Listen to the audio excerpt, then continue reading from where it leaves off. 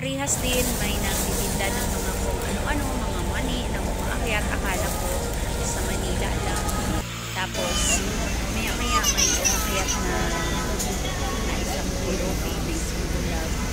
Nag-uumpisa na ako ngayon. Nag-uumpisa ako na naghahanap na ng maibibigay ko sa kanya. Kung halimbawa natapakat na siya dito sa pwesto. Tapos hanggang palapit na siya sa akin.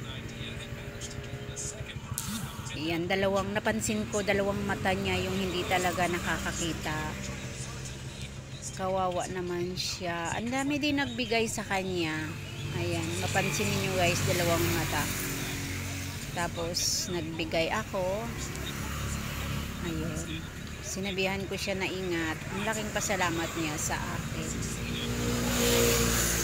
Madami tayong mga kababayan na ganito na dapat ito yung mga tutulungan natin. Na hanggang bumaba na siya ng bus na sinasakyan namin guys. Ito na guys.